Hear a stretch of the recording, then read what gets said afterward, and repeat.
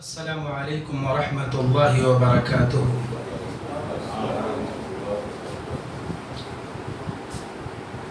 ان الحمد للہ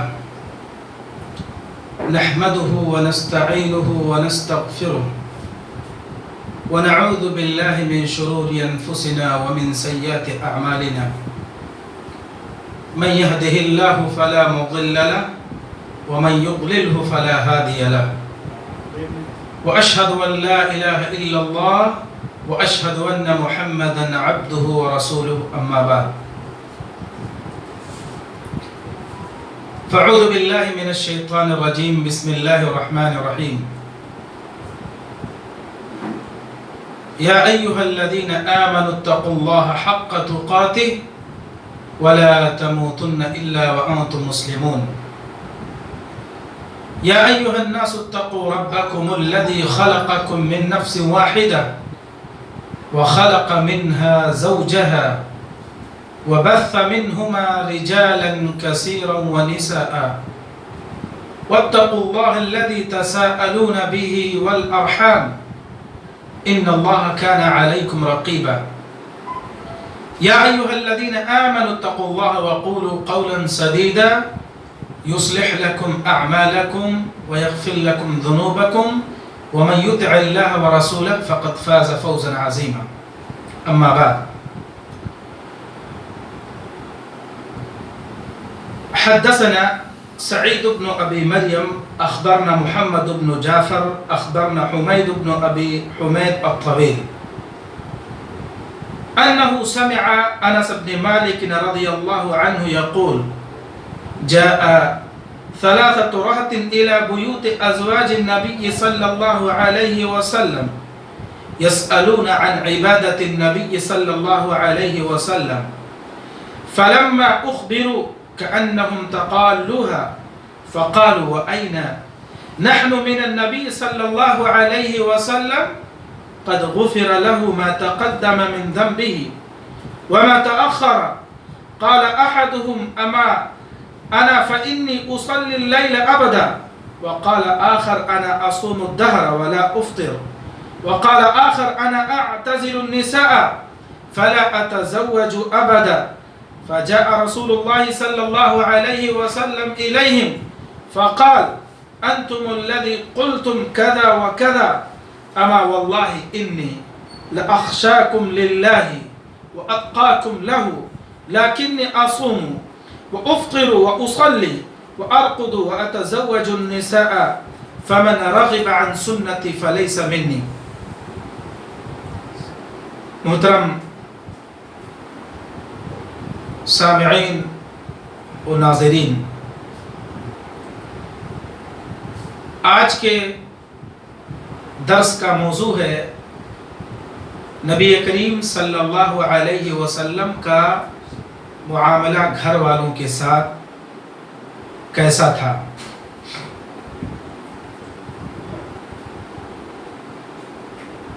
نبی کریم صلی اللہ علیہ وسلم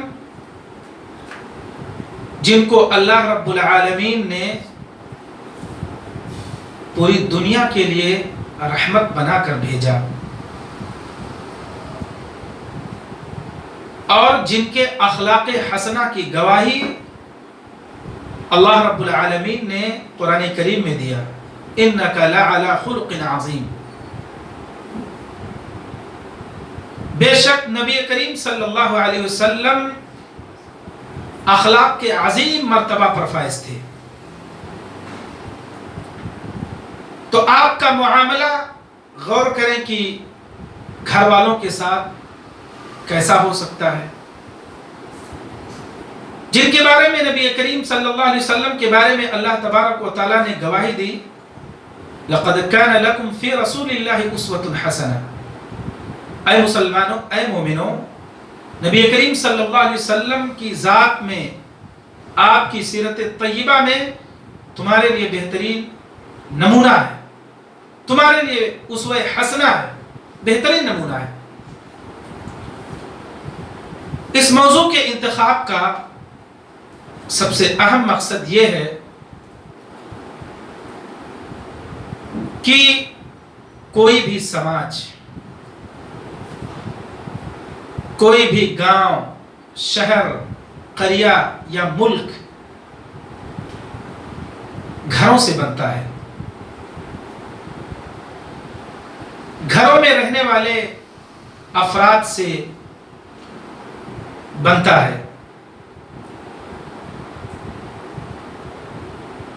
موجودہ حالات میں اکثر ہم دیکھتے رہتے ہیں، سنتے رہتے ہیں، اکثر گھروں میں جنگ و جدال، لڑائی اور جھگڑے، خاص طور سے میاں اور بیوی کے درمیان کے جھگڑے آئے دن ہم دیکھتے ہیں، پڑھتے ہیں، سنتے ہیں.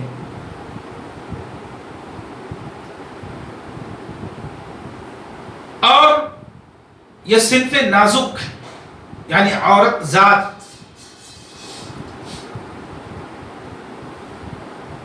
اس ذات کے ساتھ دنیا نے ہمیشہ ظلم کیا ہے. یہاں تک کہ آپ کو اس بات کا علم بخوبی ہے کہ زمانے جاہلیت میں عرب والے بچیوں کو زندہ درگور کر دیا کرتے تھے. جب ان کے یہاں بچے کی بشارت دی جاتی تھی تو بجائے اس کے کہ وہ خوشی کا اظہار کریں، ان کے چہرے کالے پڑ جاتے تھے، مایوسی چھا جاتی تھی، اور جہالت میں اس قدر ڈوبے ہوئے تھے کہ انسانیت کو بھول کر اپنی پیدا شدہ معصوم بچی کو زندہ درگور کرنے میں ذرا برابر دریغ نہیں کھاتے تھے. اور یہ بات معلوم ہونا چاہیے کہ تمام ادیان میں، تمام مذاہب میں جو مقام اور مرتبہ اللہ اور اس کے رسول صلی اللہ علیہ وسلم نے عورتوں کو دیا ہے، وہ کسی مذہب میں اور کسی ملت میں نہیں پایا جاتا. وہ خرابیاں جو غیروں کے اندر تھیں، وہ خرابیاں اب مسلمانوں کے اندر بھی آتی ہیں. یعنی میاں اور بیوی کے جو تعلقات ہونا چاہیے، جو معاملہ ہونا چاہیے، جس طرح سے نبی کریم صلی اللہ علیہ وسلم کا معاملہ تھا اپنے اہل والوں کے ساتھ. اما عائشہ رضی اللہ تعالی عنہ بیان فرماتی ہیں، عن عائشہ رضی اللہ تعالی عنہ قالت قال رسول اللہ صلی اللہ علیہ وسلم خیرکم خیرکم لأہلہ وانا خیرکم لأہلی. اما عائشہ رضی اللہ تعالی عنہ بیان فرماتی ہیں کہ نبی کریم صلی اللہ علیہ وسلم نے بیان فرمایا، خیرکم خیرکم لأہلہ، تم میں سب سے بہتر وہ ہے جو اپنے اہل والوں کے ساتھ بہتر ہے. وَأَنَا خَيْرُكُمْ لِأَهْلِي، اور میں تم میں سب سے بہتر ہوں اپنے گھر والوں کے لیے، اپنے گھر والیوں کے لیے. اہل سے مراد ماں باپ، بہن بھائی، بیویاں، یہ سب مراد ہیں. نبی کریم صلی اللہ علیہ وسلم نے بیان فرمایا کہ وَأَنَا خَيْرُكُمْ لِأَهْلِي، اے لوگو میں تم میں سب سے بہتر ہوں اپنے گھر والوں کے لیے، اپنے گھر والیوں کے لیے.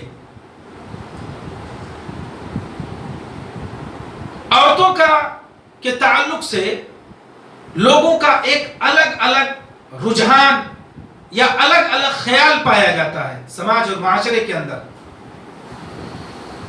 بہت سارے مرد حضرات عورتوں کو اپنا غلام سمجھتے، بہت سارے مرد حضرات وہ مقدس اور پاکیزہ رشتہ جو نکاح کے ذریعے استوار ہوتا ہے، پائیدار ہوتا ہے، اس نکاح کو کنٹریکٹ سمجھتے ہیں، معاہدہ سمجھتے ہیں کہ جب تک دل کہا جائے شوق سے ان کے ساتھ زندگی گزاری جائے، اور جب دل کہا جائے ان کو بے یار و مددگار چھوڑ دیا جائے. بہت سارے مرد اور بہت سارے لوگ عورتوں کے ساتھ حسن سلوک کرنا، اچھائی کرنا عیب مانتے ہیں، عار مانتے، شرم آتی ان کو. معلوم ہونا چاہیے کہ اللہ رب العالمین نے حکم دیا ہے عورتوں کے ساتھ بھلائی کا، عورتوں کے ساتھ نیکی کا، عورتوں کے ساتھ حسن سلوک کا. وَعَاشِرُوهُنَّ بِالْمَعْرُوفِ، ان کے ساتھ اچھائی کے ساتھ زندگی گزارو، معروف کے ساتھ زندگی گزارو. اگر مرد حضرات بیویوں کے ساتھ اچھا تعلق کرتے ہیں، اچھا معاملہ کرتے ہیں، تو یہ ان پر احسان نہیں کرتے. کیوں؟ کیونکہ یہ اللہ رب العالمین کا حکم ہے، آپ کو کرنا ہے. جس طرح آپ بہت سارے احکام اللہ کے احکام پر عمل کرتے اور ان احکام پر عمل کر کے آپ اللہ پر احسان نہیں کرتے بلکہ آپ اپنے اوپر احسان کرتے ہیں، ایسے ہی عورتوں کے ساتھ حسن سلوک کر کے، اچھا معاملہ کر کے، اچھائی کے ساتھ ان کے ساتھ زندگی گزار کے یہ نہ سمجھیں کہ آپ ان پر احسان کرتے، ان کو کھانا کھلاتے ہیں، ان پر احسان کرتے اور ان احسان کو آپ جتلائیں، ایسا نہیں ہے. سماج اور معاشرے میں ایسے لوگ بھی پائے جاتے ہیں، ان کی یہ سوچ اور ان کی یہ فکر ہوتی ہے عورتوں سے الگ رہنا ہی اچھا ہے. بہت سارے نوجوان وہ شادی نہیں کرتے، نکاح نہیں کرتے، کیونکہ وہ ڈرے ہوئے ہیں کہ یہ بہت بڑی ذمہ داری ہے، اس ذمہ داری کو ہم ادا کرنے کی طاقت نہیں رکھتے. اس طرح کے خیالات آج بھی اس دنیا کے اندر پائے جاتے ہیں. اس زمانے میں نبی کریم صلی اللہ علیہ وسلم کے زمانے میں بھی پائے جاتے تھے. اور آئیے حدیث کی روشنی میں ہم دیکھتے ہیں کہ کیا معاملہ تھا ایسے لوگوں کے بارے میں نبی کریم صلی اللہ علیہ وسلم کا. 3 لوگ نبی کریم صلی اللہ علیہ وسلم کی خدمت میں آتے ہیں یہ معلوم کرنے کے لیے کہ نبی کریم صلی اللہ علیہ وسلم اپنے گھر میں عبادت کیسے کرتے ہیں. یسألون عن عبادت النبی صلی اللہ علیہ وسلم، ازواج مطہرات کے پاس آ کر نبی کریم صلی اللہ علیہ وسلم کی عبادت کے بارے میں جاننے کی کوشش کرتے ہیں. اور جب انہیں باخبر کیا جاتا ہے نبی کریم صلی اللہ علیہ وسلم کی عبادت کے بارے میں تو اسے وہ ہلکا سمجھتے ہیں، معمولی سمجھتے ہیں کہ نبی کریم صلی اللہ علیہ وسلم کا معاملہ تو الگ ہے، ہم لوگ نبی نہیں ہیں، نبی کریم صلی اللہ علیہ وسلم بخشے بخشائے ہیں، اللہ نے ان کے اگلے پچھلے گناہوں کو معاف فرما دیا ہے اور ہم لوگ نبی کا مقابلہ نہیں کر سکتے. وَأَيْنَ نَحْنُ مِنَ النَّبِيِّ صلی اللہ علیہ وسلم قَدْ غُفِرَ لَهُ مَا تَقَدَّمَ مِنْ ذَنْبِهِ وَمَا تَأَخَّرَ. اللہ نے آپ کے اگلے اور پچھلے گناہ کو معاف فرما دیا. اب ان تینوں حضرات میں سے، ان تینوں بزرگوں میں سے ایک صاحب کہنے لگے اما انا فإنی اصلی اللیل ابدا، آج کے بعد سے میں پوری رات نماز پڑھتا رہوں گا. انہوں نے یہ فیصلہ کیا کہ پوری رات میں نماز ہی میں رہوں گا، نماز کی حالت میں رہوں گا، کیونکہ ہم اللہ کے رسول صلی اللہ علیہ وسلم کی عبادت سے اپنی عبادت کا موازنہ نہیں کر سکتے، مقابلہ نہیں کر سکتے. وقال آخر انا اصوم الدہر، دوسرے شخص نے کہا کہ پوری عمر، پوری زندگی جب تک زندہ رہوں گا روزہ ہی رکھوں گا. ایک نے کہا کہ پوری رات عبادت کرتا رہوں گا اور ایک نے فرمایا کہ پوری زندگی میں روزے کی حالت میں گزار دوں گا. وقال آخر انا اعتزل النساء فلا اتجوزوا، تیسرے شخص نے فرمایا کہ میں عورتوں سے شادی نہیں کروں گا، نکاح نہیں کروں گا. اسی طرح سے فجاء رسول اللہ صلی اللہ علیہ وسلم، جب نبی کریم صلی اللہ علیہ وسلم تشریف لاتے ہیں اور ان کو اس واقعے کے بارے میں پتہ چلتا ہے کہ کچھ لوگ ہمارے اپنے ہیں جن کا یہ نظریہ ہے کہ وہ پوری رات عبادت کریں گے اور پوری عمر جو ہے روزہ رکھیں گے اور پوری زندگی وہ عورتوں سے الگ رہیں گے. نبی کریم صلی اللہ علیہ وسلم ان کو بلاتے ہیں، ان سے بات کرتے ہیں، فرماتے ہیں انتم الذین قلتم کذا وکذا، کیا آپ ہی لوگ ہیں جنہوں نے ایسی ایسی باتیں کی ہیں میرے گھر آ کر ازواج مطہرات سے؟ واللہ انی لاخشاکم للہ واتقاکم، خدا کی قسم میں تم میں سب سے زیادہ اللہ سے ڈرنے والا ہوں اور سب سے زیادہ تم لوگوں میں سے تقوی والا ہوں، پرہیزگار ہوں. لیکن اصوم وافطر واصلی وارقد واتزوج النساء. نبی کریم صلی اللہ علیہ وسلم نے بیان فرمایا کہ اے لوگو، میں روزہ رکھتا ہوں، روزہ توڑتا ہوں، نماز پڑھتا ہوں، سوتا بھی ہوں، عورتوں سے نکاح بھی کرتا ہوں. فمن رغب عن سنتی فلیس منی، جو میری سنت سے اعراض کرے وہ ہمیں سے نہیں ہے. حدیث کا یہ آخری ٹکڑا، فمن رغب عن سنتی فلیس منی، آپ اس کو ہر خطبہ نکاح کے وقت سنتے ہوں گے. جب نکاح پڑھایا جاتا ہے، امام پڑھاتے ہیں تو ضرور آخر میں اس حدیث کا تذکرہ کرتے ہیں. وہ اس لیے تاکہ اے لوگوں تم پر یہ بات واضح ہو جائے کہ نکاح کرنا اور نکاح کی ذمہ داریوں کو ادا کرنا یہ نبی کریم صلی اللہ علیہ وسلم کے ساتھ ساتھ تمام انبیاء کرام علیہ السلام کی سنت رہی ہے. نبی کریم صلی اللہ علیہ وسلم کا معاملہ کہ آپ روزہ رکھتے ہیں، روزہ توڑتے ہیں، نمازیں رات میں پڑھتے ہیں اور سوتے بھی ہیں، عورتوں سے نکاح بھی کرتے ہیں. آپ غور کریں، فکر کریں کہ ایک انسان آج کے زمانے کا اپنی ایک زوجہ، ایک بیوی کے ساتھ بہتر معاملہ نہیں کرتا نظر آ پاتا. نبی کریم صلی اللہ علیہ وسلم، اللہ رب العالمین نے اللہ کے فضل سے، کرم سے اپنی تمام ازواج مطہرات کے ساتھ انہوں نے جو زندگی گزاری ہے، جو پیش کی ہے دنیا کے سامنے، وہ ایک مثال ہے، ایک عظیم، ایک بڑی مثال ہے. اور نبی کریم صلی اللہ علیہ وسلم نے جس طرح سے زمانے کی ان خواتین کو اپنی زوجیت میں لیا جن سے دنیا عار محسوس کرتی، جن سے دنیا شرم کھاتی، نبی کریم صلی اللہ علیہ وسلم نے ان کے مقام اور مرتبہ کو بلند کیا. اب ذرا معلوم کرتے ہیں کہ نبی کریم صلی اللہ علیہ وسلم اپنے گھر والیوں کے ساتھ کیسے زندگی گزارتے تھے، کیسے رہا کرتے تھے.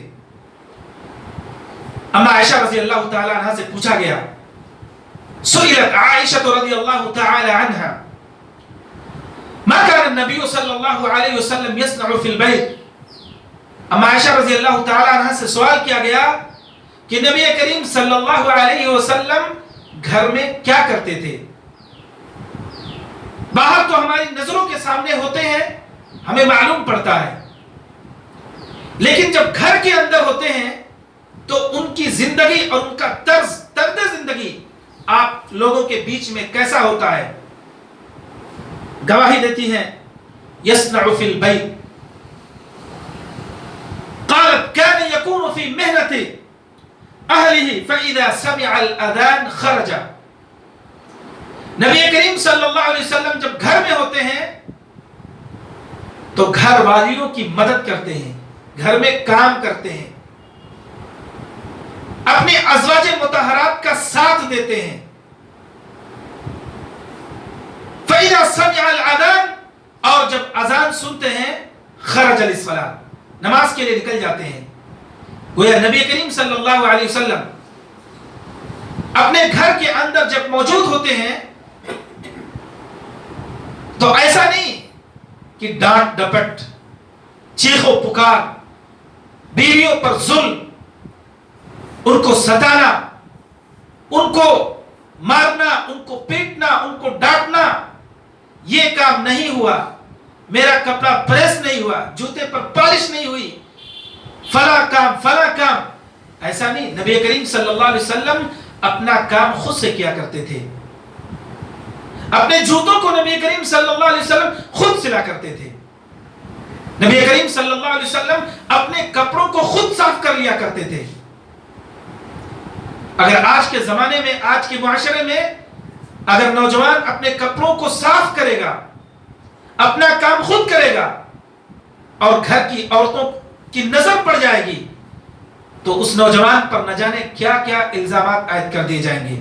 جوروں کا غلام، بیوی کا غلام، نہ جانے اور کیا کیا الفاظ، جبکہ گھر کے اندر رہ کر اپنی بیویوں کی مدد کرنا یا گھر کے دیگر کام کو انجام دینا، صفائی کرنا، اپنے کپڑوں کو صاف کرنا، اپنے جوتوں پر پالش کرنا، اپنے کپڑے پریس کر لینا، یہ کوئی عیب نہیں ہے، نہ ہی گناہ کا کام ہے۔ اکثر معاملات، اکثر گھروں میں جو بگاڑ پیدا ہوتا ہے،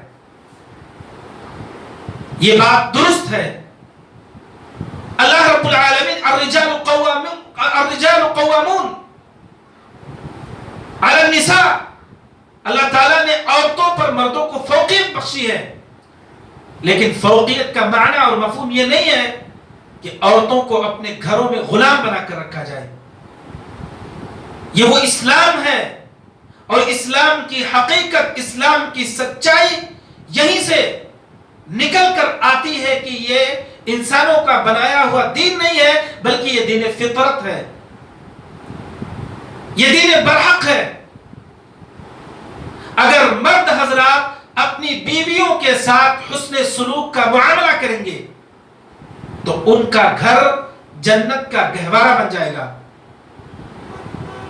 مردوں کے حقوق عورتوں پر ہیں اور عورتوں کے حقوق مردوں پر ہیں۔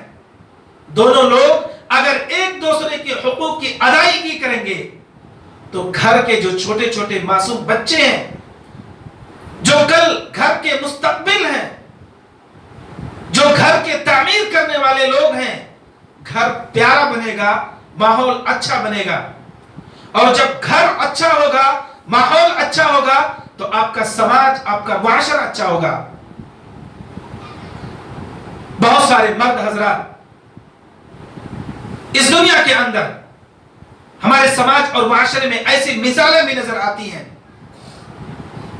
شریعت نے نکاح کرنے سے منع نہیں کیا، ایک کریں، دو کریں، مثنی وثلاث ورباع، چار شادیوں تک کا حکم اللہ رب العالمین نے دیا، اور صحابہ نے اس پر عمل کر کے دکھایا۔ موجودہ تہذیب و ثقافت میں، موجودہ طرز زندگی میں دیکھا یہ جاتا ہے، بہت سارے نوجوان، بہت سارے مرد اپنی بیوی کو طلاق دے کر، کوئی الزام لگا کر، اس کو برا اور بھلا بتا کر دوسری شادیاں کرتے ہیں، جو کہ یہ اسلامی طریقہ نہیں ہے، اسلامی رواج نہیں ہے۔ محترم سامعین، نبی کریم صلی اللہ علیہ وسلم تشریف رکھتے ہیں گھر کے اندر۔ آپ کی باری حضرت سودا رضی اللہ تعالی عنہ کے یہاں ہے۔ اما عائشہ رضی اللہ تعالی عنہ حلوہ بنا کر لے کر آتی ہیں ان کے گھر پر ملاقات کرنے کے لیے۔ حضرت سودا رضی اللہ تعالی عنہ سوچتی ہیں کہ باری تو میرے گھر ہے، کھانا نبی کریم صلی اللہ علیہ وسلم کو ہمارے ہاں کھانا ہے، قیام ہمارے ہاں کرنا ہے، آپ کیوں آ گئی ہیں؟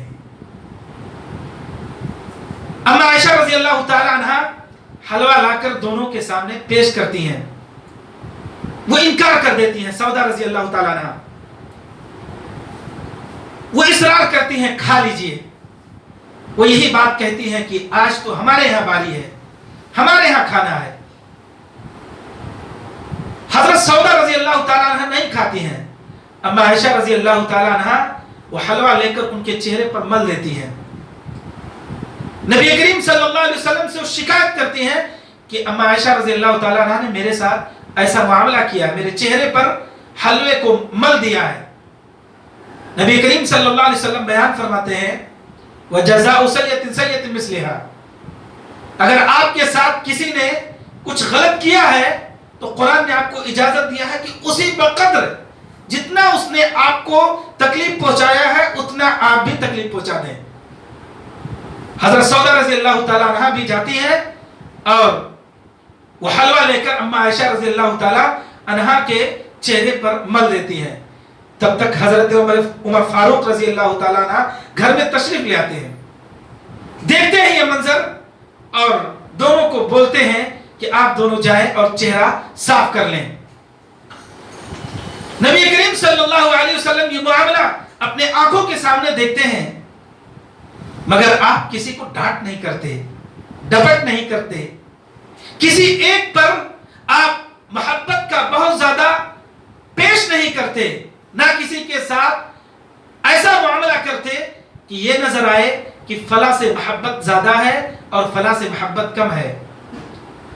اگر ہے انسانوں میں طاقت اور قوت کہ اپنی بیویوں کے ساتھ مساوات کا معاملہ، عدل کا معاملہ، انصاف کا معاملہ کر سکتے ہیں، نبی کریم صلی اللہ علیہ وسلم کے وصول پر اور طریقے پر چل سکتے ہیں، بلا شبہ وہ بھی 2 2 3 3 4 4 نکاح کر سکتے ہیں۔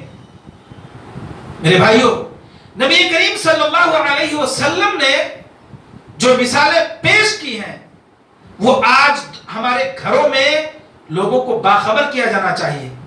ہمارے گھر، ہمارے خاندان یہ اجڑ رہے ہیں، اور نہایت ہی باریکی کے ساتھ آپ غور کیجئے، جس زمانے میں، اس دور میں جب ہر طرف مسلمان مایوسی کا شکار ہو رہا ہے، مسلمان اپنے آپ کو پستی میں محسوس کر رہا ہے، اپنے آپ کو اقلیت میں محسوس کر رہا ہے، یعنی قلت میں محسوس کر رہا ہے، اور مسلمان یہ سوچتا ہے کہ اس کا دین اور اس کا ایمان اور اس کا اسلام کچلا جا رہا ہے۔ میرے بھائیوں، یاد رکھیے کہ یہ دین، یہ اسلام، یہ اقلیت اور اکثریت سے نہیں پھیلا ہے دنیا کے اندر۔ یہ دین، یہ اسلام حسن تعامل اور حسن معاملات پر پھیلا ہے۔ اللہ رب العالمین نے قرن اولا کے مسلمانوں کو ان کی تعداد پر اللہ رب العالمین نے فتح نہیں دیا تھا، بلکہ دین اسلام پر چلنے کی وجہ سے اور عقیدے اور ایمان کی پختگی پر ڈٹ جانے کی وجہ سے اللہ رب العالمین نے دین کو ان کے زمانے میں غالب کیا تھا۔ اور اس دور میں وہ مسلمان قرن اولا کے راتوں میں تہجد گزاری اور دن میں صوم رکھا کرتے تھے۔ دین اور ایمان پر مضبوطی سے ڈٹنے کی وجہ سے اللہ رب العالمین نے 3 ہزار 15 ہزار لاکھوں کی فوجیوں پر اللہ رب العالمین نے غلبہ عطا کیا تھا۔ یہ ہماری تاریخ ہے، اور آج ہمارا معاملہ یہ ہے کہ ہم اپنے گھروں کے جھگڑوں سے باہر نہیں نکل پاتے، ہم اپنے بیویوں کے تلخیوں سے باہر نہیں نکل پاتے۔ یہ عورتیں لوگوں، اللہ رب العالمین نے انہیں پسلیوں سے پیدا کیا ہے، اور پسلی یہ ٹیڑھی ہوتی ہے۔ ان عورتوں کے ساتھ نرمیت، حکمت اور اسی طرح سے عقل مندی کے ساتھ پیش آنا چاہیے۔ جو بھی مرد لوگ ترشرو ہوتے ہیں، ان کا مزاج سخت ہوتا ہے، ہر بات پر غصہ کیا کرتے ہیں، آپ دیکھیں گے ان کی عورتیں اکثر آپ دیکھیں گے کہ وہ ٹینشن اور ڈپریشن کا شکار ہوتی ہیں، ذہنی توازن بعض مواقع پر کھو دیا کرتے ہیں۔ عورتوں کو ڈانٹنا، عورتوں کو مارنا، عورتوں کے رخسار پر تماچے مارنا، یہ اسلام نہیں سکھاتا، یہ اسلام کا طریقہ نہیں، نبی کریم صلی اللہ علیہ وسلم کا یہ بتایا ہوا راستہ نہیں۔ نبی کریم صلی اللہ علیہ وسلم نے بیان فرمایا، لوگوں تم اپنی بیویوں کے رخسار پر نہ مارا کرو، ان کی بیویوں، اپنی بیویوں کے چہروں پہ مارتے ہو اور پھر تم ان سے اپنی ضروریات پورا کرنا چاہتے ہو۔ یہ کیسی عقل مندی، یہ کیسی دانش مندی۔ شریعت نے، اسلام نے عورتوں کے ساتھ صنف نازک کے ساتھ حسن تعامل کا حکم دیا ہے. عاشروہن بالمعروف، ان عورتوں کے ساتھ بہتر سے بہتر طریقے سے پیش آؤ. نبی کریم صلی اللہ علیہ وسلم ان عورتوں اپنی ازواج کے ساتھ، مطہرات کے ساتھ بہتر سے بہتر معاملہ پیش کیا کرتے تھے. ان کی خدمت کرنا، ان کی ضروریات کو پورا کرنا. یلبی حاجاتہن، نبی کریم صلی اللہ علیہ وسلم اپنی بیویوں کی ضرورتوں کو پورا کیا کرتے تھے اور پورا کرنے کی فکر کیا کرتے تھے. ایسا نہیں کہ آپ نے نکاح کر لیا اور نکاح کے بعد نہ تو ان کے نان و نفقہ کے بارے میں، نہ تو ان کے رہن سہن کے بارے میں، نہ تو ان کے لباس کے بارے میں، نہ تو ان کے طعام کے بارے میں کوئی فکر نہ ہو. یہ اسلام نہیں سکھاتا. میرے بھائیوں، بزرگوں، نوجوانوں، اللہ کے رسول صلی اللہ علیہ وسلم اپنی ازواج مطہرات کی تمام ضروریات کو، کھانا، کپڑا، لباس، نان و نفقہ، سب کچھ پورا کیا کرتے تھے. آج بہت ساری عورتیں سننے میں آتا ہے، معلوم پڑتا ہے ان کے شوہر ان کو نان و نفقہ نہیں دیا کرتے. معلوم ہونا چاہیے عورتوں پر خرچ کرنے سے، یہاں تک کہ ایک لقمہ ان کے منہ میں ڈالنے سے اجر ملتا ہے، ثواب ملتا ہے. اپنے بیوی بچوں کے لیے کمانا، بیوی بچوں کے لیے محنت کرنا، مشقت کرنا، والدین کے لیے محنت اور مشقت کرنا، بھائی بہنوں کے لیے مشقت کرنا، یہ سب صدقہ ہے، یہ سب نیکیاں ہیں، یہ سب اللہ کے رسول صلی اللہ علیہ وسلم کے بتائے ہوئے طریقے اور راستے ہیں. لہذا اے لوگوں، نبی کریم صلی اللہ علیہ وسلم نے جو بیان فرمایا وَأَنَا خَيْرُكُمْ لِأَهْلِي، اے رسول صلی اللہ علیہ وسلم خیر الناس، یعنی نبی کریم صلی اللہ علیہ وسلم لوگوں میں سب سے بہتر ہیں. فَقَدْ كَانَ مُحِبًّا لَهُمْ، نبی کریم صلی اللہ علیہ وسلم اپنے اہل والوں سے محبت کرتے تھے. وَيُعَامِلْهُمْ بِالرِّفْقِ، ان کے ساتھ نرمی کا معاملہ، نرم گزاری کا معاملہ کیا کرتے تھے. وَيُلَاطِفُهُمْ، نبی کریم صلی اللہ علیہ وسلم بہت ہی زیادہ نرمیت سے پیش آتے. وَيُسَاعِدُهُمْ، ان کی مدد کیا کرتے تھے. وَيُعَلِّمُهُمْ، نبی کریم صلی اللہ علیہ وسلم اپنی ازواج مطہرات کو تعلیم دیا کرتے تھے، دین کے بارے میں، اسلام کے بارے میں، خیر کے بارے میں، اسی طرح سے فتنوں کے بارے میں، ہر ایک چیز کے بارے میں بتلایا کرتے تھے. اور کیا وَيُرْشِدُهُمْ، ان کی رہنمائی کیا کرتے تھے. نبی کریم صلی اللہ علیہ وسلم اپنی ازواج مطہرات کے ساتھ تفریح بھی کیا کرتے تھے، دوڑ بھی لگایا کرتے تھے. اما عائشہ رضی اللہ تعالیٰ عنہ کہتی ہیں کہ ایک بار میں نبی کریم صلی اللہ علیہ وسلم سے دوڑ لگائی اور میں ان سے، نبی کریم صلی اللہ علیہ وسلم سے دوڑنے میں بازی لے گئی، یعنی میں جیت گئی، نبی کریم صلی اللہ علیہ وسلم پیچھے رہ گئے. لیکن ایک بار جب میں موٹی ہو گئی، تندرست ہو گئی اور دوبارہ جب دوڑ لگی تو اس بار نبی کریم صلی اللہ علیہ وسلم آگے چلے گئے اور میں پیچھے رہ گئی. تو نبی کریم صلی اللہ علیہ وسلم مسکرا کر کہنے لگے وہ پچھلے ہار کا آج یہ جواب ہے. نبی کریم صلی اللہ علیہ وسلم اپنی بیویوں کے ساتھ بیٹھ کر بات کیا کرتے تھے. ایسا نہیں کہ اپنی ہی زندگی میں ہر ایک کو اللہ کے حقوق کو ادا کرنا، لوگوں کے حقوق کو ادا کرنا، پڑوسیوں کے حقوق کو ادا کرنا، اور اسی طرح سے اپنے دوستوں کے حقوق کو ادا کرنا، اسی طرح سے ہر ایک کے کام آنا، بیواؤں، فقیروں، محتاجوں، ہر ایک کی خبرگیری کرنا، تیمارداری کرنا. سماج اور معاشرے میں بیمار کون ہے، کس کی وفات ہوئی، کون بھوکا ہے، کون پیاسا ہے، کس کے یہاں کیا مشکل آئی ہے، کیا پریشانی آئی ہے، ہر معاملات میں نبی کریم صلی اللہ علیہ وسلم کو آپ پیش پائیں گے. اسی طرح سے نبی کریم صلی اللہ علیہ وسلم اپنی ازواج مطہرات کے حقوق کو ادا کرنے میں آپ سب سے بہتر اور سب سے افضل پائیں گے. نبی کریم صلی اللہ علیہ وسلم اپنی ازواج مطہرات کو، اسی طرح سے ایک بار مسجد نبوی میں کچھ حبشی نوجوان آئے اور وہ تیر اندازی کر رہے تھے، کھیل رہے تھے. اما عائشہ رضی اللہ تعالیٰ عنہا کو نبی کریم صلی اللہ علیہ وسلم نے اپنے پیٹھ کے پیچھے کر کے پردے کے آڑ سے وہ کھیل دکھایا، اور جب تک وہ دیکھتی رہی نبی کریم صلی اللہ علیہ وسلم دروازے پر کھڑے رہے، آپ ہٹے نہیں، وہاں کھڑے رہے. جب وہ خود اندر چلی گئی تو آپ نبی کریم صلی اللہ علیہ وسلم آپ بھی وہاں سے ہٹ گئے. مطلب یہ کہ ہر ایک چیز کے بارے میں خیال رکھنا، ان کے جذبات کا، ان کے خواہشات کا، ان کے نیک تمناؤں کا، ان کی تفریح کا، ان کی ذہن کی کشادگی کا اور ذہن کو فریش کرنے کے جو بھی طریقے اسلامی ہو سکتے تھے، نبی کریم صلی اللہ علیہ وسلم نے سب کو اپنایا۔ آج کے نوجوانوں کو معلوم ہونا چاہیے، لوگوں اپنی عورتوں کے ساتھ حسن سلوک کا معاملہ کرو، اپنی عورتوں کے ساتھ اچھائیوں کا معاملہ کرو، ان کے ساتھ بہتری کا معاملہ کرو، بجائے اس کے کہ دن رات ان سے طلاق لینے کی، انہیں چھوڑ دینے کی بے یار و مددگار، ان پر سختی برتنے کی، ان کو ستانے کی فکر نہ کرو۔ یقین جانیے کسی بے گناہ کو ستا کر، کسی بے گناہ پر ظلم کر کے آپ خوش نہیں رہ سکتے، انسان خوش نہیں رہ سکتا۔ کامیاب ہونے کے لیے جہاں پر اللہ کے حقوق کو ادا کرنا ہے، وہیں پر ازواج مطہرات اپنے بچوں، اپنے بیویوں اور اپنے والدین، اپنے بھائیوں بہنوں تمام کے ساتھ حسن سلوک کرنا ہے، نیکی کرنا ہے۔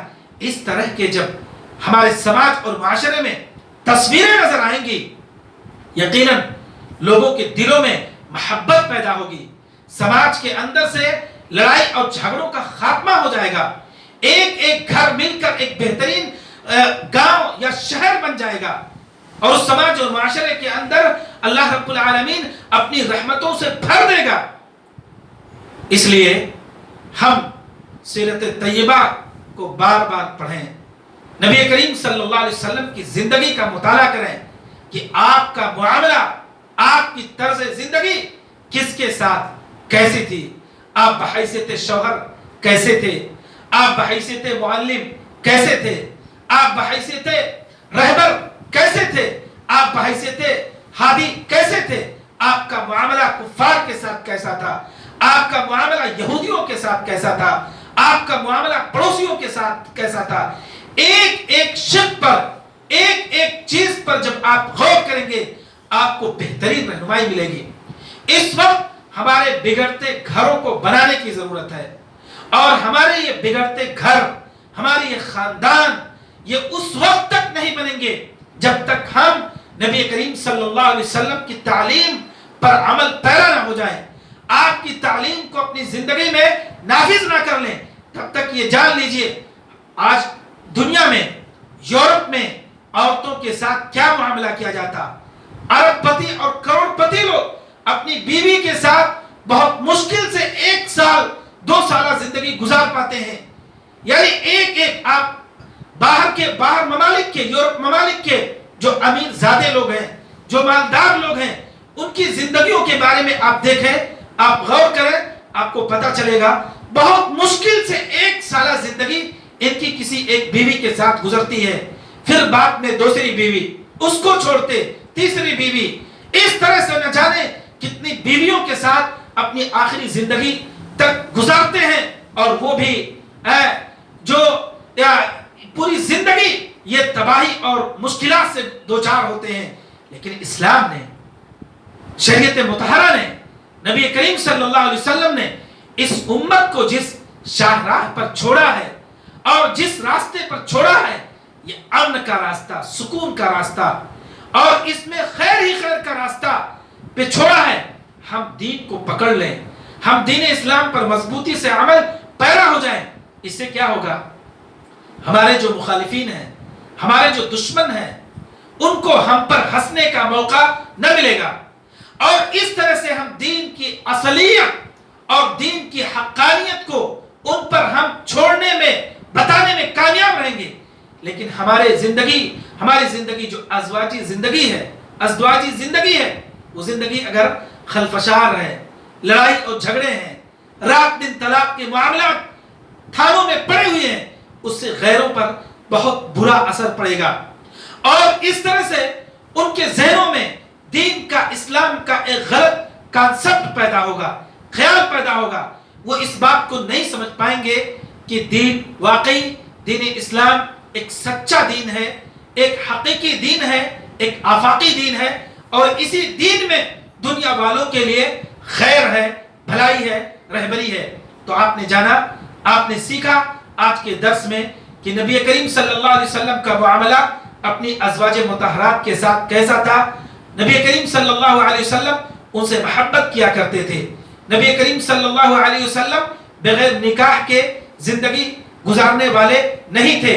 نبی کریم صلی اللہ علیہ وسلم راتوں کو عبادت کیا کرتے تھے اور نبی کریم صلی اللہ علیہ وسلم دن میں روزہ بھی رکھا کرتے تھے, راتوں کو سوتے بھی تھے, تہجد بھی پڑھتے تھے, عورتوں سے نکاح کرتے تھے.